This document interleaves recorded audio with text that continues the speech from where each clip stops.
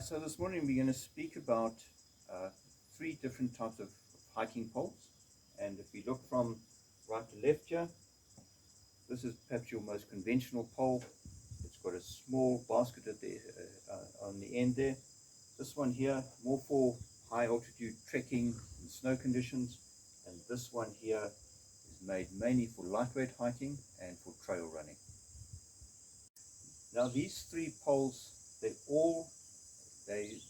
lock in kind of different ways. The first one here is a screw lock type mechanism. This is a flick lock type one, and this one here, the entire pole breaks apart.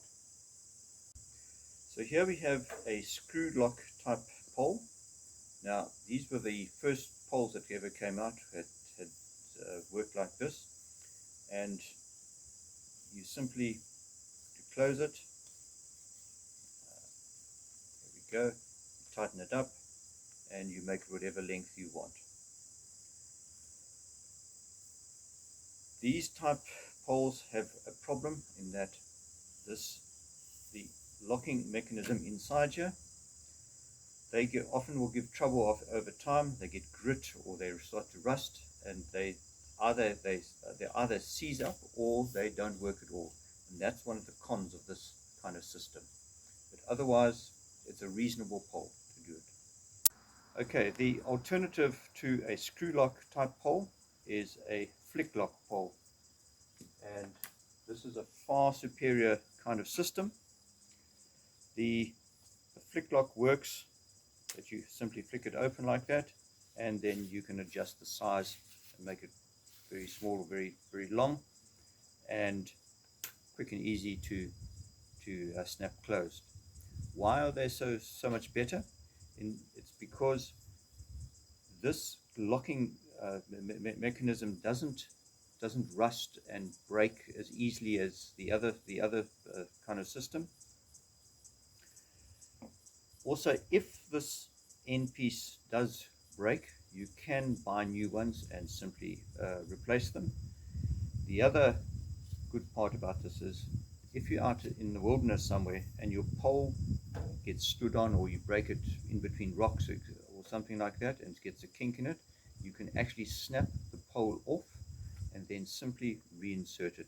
Your pole overall might be a bit shorter, but it'll still work and get you home. Lastly, we have one of these Z poles from Black Diamond, and this entire pole folds up completely differently to the other ones. It's got a flick lock at the top here. That's where your adjustment comes in. You would simply adjust it to whatever height you want it at. But if you want to fold the pole away, you undo that. There's a little button here, and push it down, and then you simply break the pole up like that, and hence the name a Z pole. And you can see it becomes a very small, lightweight pole like that.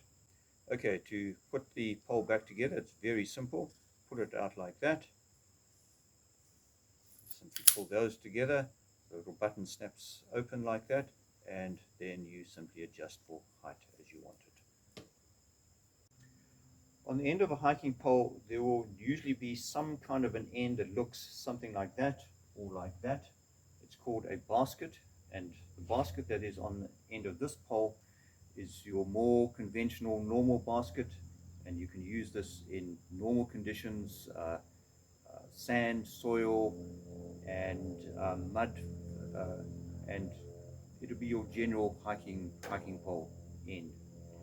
If you go to one such as this is a snow basket, and it's obviously made for snow, but here in South Africa you can use it also in very sandy conditions. If you're hiking in a desert, you could also use it if there's plenty of mud around, very soft conditions.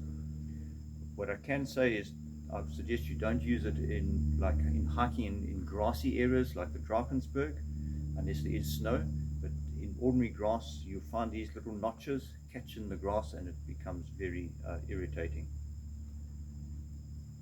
Then a pole like this that's got no basket on, I suggest you don't walk around like that.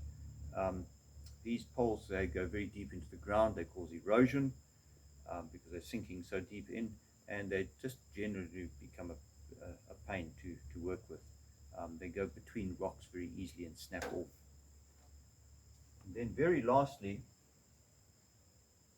if you take a pole like this on the end of the Z pole, there is no other option of any other kind of baskets. They are lightweight poles, and they've got a very small little basket for trail running across rocks and ordinary trails, and etc. So when you hike with hiking poles, you normally hike with them in pairs like that, and that's how they are usually sold. If you're on flattish ground, this is what you do. You adjust up or down so that your elbow, your forearm and elbow are parallel with the ground. So if you're walking uphill, simply take your poles, make them shorter to whatever length you need, and then your forearm will be basically still parallel with the ground, and you can walk slowly uphill. So when you hike downhill with hiking poles, you make them to whatever length you need. I've put them on maximum here, and my arm is virtually parallel now, but I can lean slightly forward and use the poles for support.